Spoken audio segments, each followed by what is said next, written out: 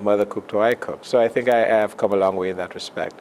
But we share a lot of food, we share a lot of good times together. And for Thanksgiving, for Christmas, Easter, any time at all that there's a common holiday or celebration, we try to bring the family together. And it's a warm thing for us. If someone has never been to Carnival, how would you describe it to them? Well, it's just a great celebration it is similar to Carrie Banner.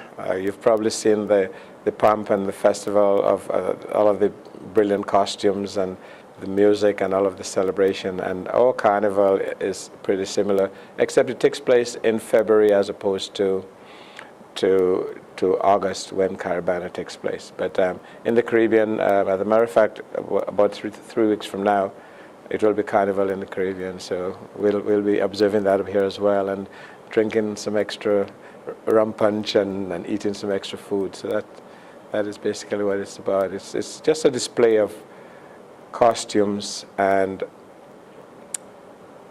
music, culture, and food, basically what it is.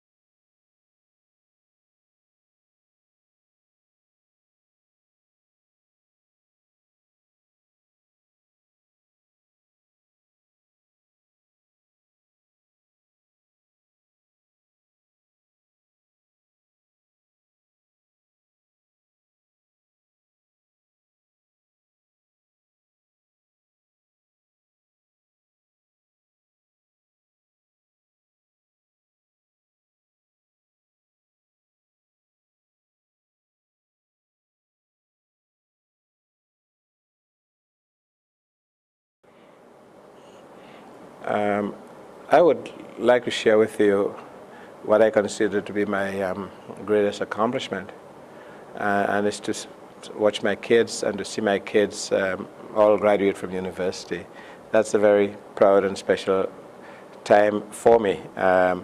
So as each one comes through school, it brings a sense of pride and joy. So, and when the second one comes through and the third one comes through, then that feeling of joy is amplified each time. So I consider those the most important moments in my life, because it is really difficult to raise children and for them to do the right thing in this type of society. So I have 3 kids, 2 boys and a girl, Kathleen, Kenny, named after me, his mother's idea, and Kevin.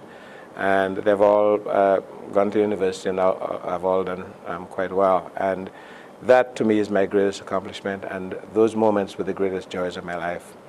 Beyond that, my sense of community and my contribution to the community, I think, are the sources of satisfaction and joy as well. How did becoming a father change your life?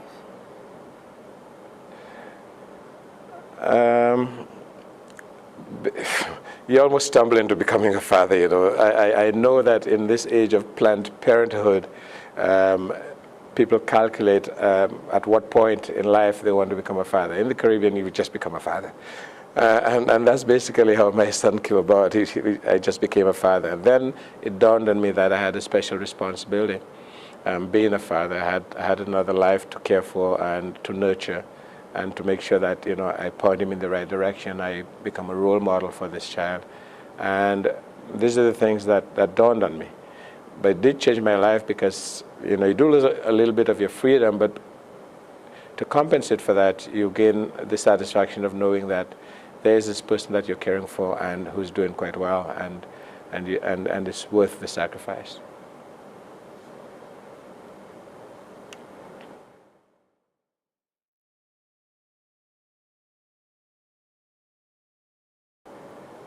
Okay. I'm a member of the Cicero Cultural Club. I've been an executive board member for the last 10 to 12 years. I'm very actively involved with the organization. I've served in various capacities, and right now I'm acting as president because our president is not available at this time to be here or to participate in this. Our organization started in 1982, and it started rather casually as the Cavaliers Club.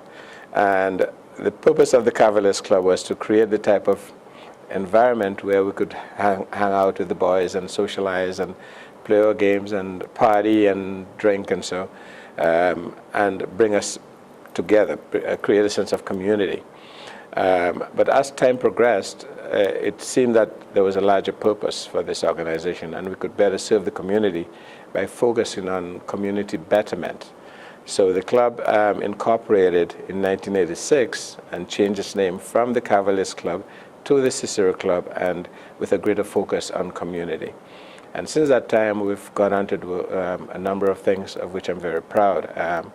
We are one of the largest benefactors to what used to be the Brampton Memorial Hospital, which is now the William Osler campus, and we've donated substantial funds to that organization.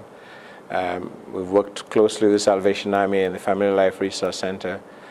We've worked with Caribbean Association of Peel. We've worked with a number of other organizations, donating money and cooperating with them on fields in areas of development and education and sports and everything else. So our organization has done quite a bit. In 1990, we were part of a group that did a telethon and raised $110,000 for Peel Memorial Hospital. We're very proud of that. We've also done things to help the islands in the Caribbean as well. Our focus has not just been local, but it's also been overseas, and we engage in hurricane relief. We engage in donations of food. We operate and run scholarships in the islands, so people and kids from disadvantaged families can in fact go to high school. We take that for granted in Canada, but in the islands, in Dominic, for instance, that's not always a fait accompli. You know, you might have the intelligence, but your parents may not have the funds, and then you cannot enjoy or go to a high school and better yourself. So we do offer scholarships, from our own fundraising activities and our own funds to children from disadvantaged homes. Locally, we operate what we call a Recognition of Excellence program, whereby we encourage children or students, who want to pursue a tertiary level of education.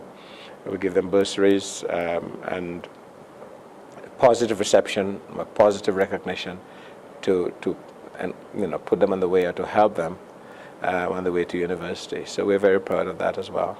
We're one of the co-sponsors of the Caribbean Pavilion for Caribram, and that pavilion in the last 3 or 4 years has been doing extremely well. Last year we won awards in 4 major categories, and we're very proud of that accomplishment. We participate in Caribana, as I spoke about before, and we do organize social activities and things for old folks like myself, like domino tournaments and parties and things.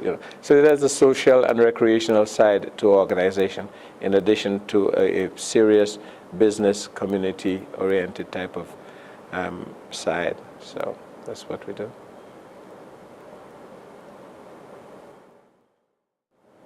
So in the future, what would you like to see this organization do? Okay. Our basic reason for being is to promote Caribbean ethnic culture, and in so doing, we try to do that in a number of different ways. As a matter of fact, we've started some new initiatives recently to promote the culture that I just spoke of, like starting a youth steel band. there's steel bands. People play steel bands all over, but it's not often to see children playing steel band, and it's something I would like to learn, but I'm probably too old for that. But I think we're trying to encourage children under 10 and 12 to get involved with playing the steel band. So we're really excited about this initiative. The other initiative that we started, there are not too many youth dance troupe or dance groups. There's quite a few adults, but almost no youth dance groups. When I look at the other ethnic communities, I see the children dancing, and they're very creative and very elegant. I would like to see a lot more of that within the Caribbean community. Children of Caribbean heritage participate in dance. So we want to start a youth dance troupe as well.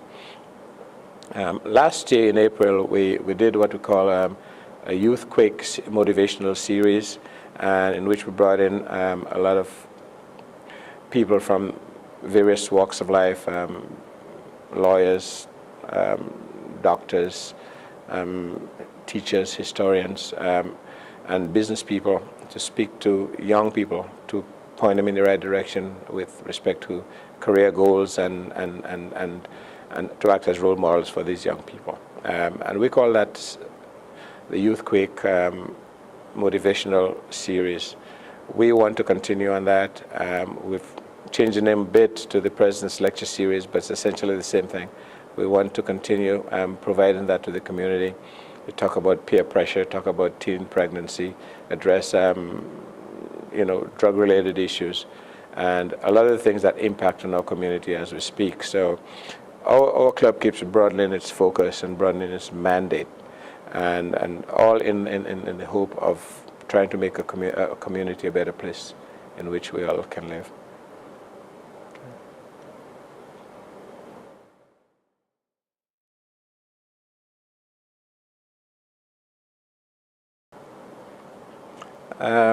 I believe perhaps my favorite place in Brampton is the Chincosi Park. That's the place where I grew up. Well, not really grew up. I played sports as a young adult, and I enjoyed playing my soccer there. Then I took my kids there, and I enjoyed watching them play there. And it seems to be the hub of all athletic activity in Brampton. And we're a very athletic family, and that's a place that I feel very attached to. And there's always something happening worthwhile at Chincosi Park, and I love visiting there. I always have. So I would regard that aspect of Brampton as my favorite spot.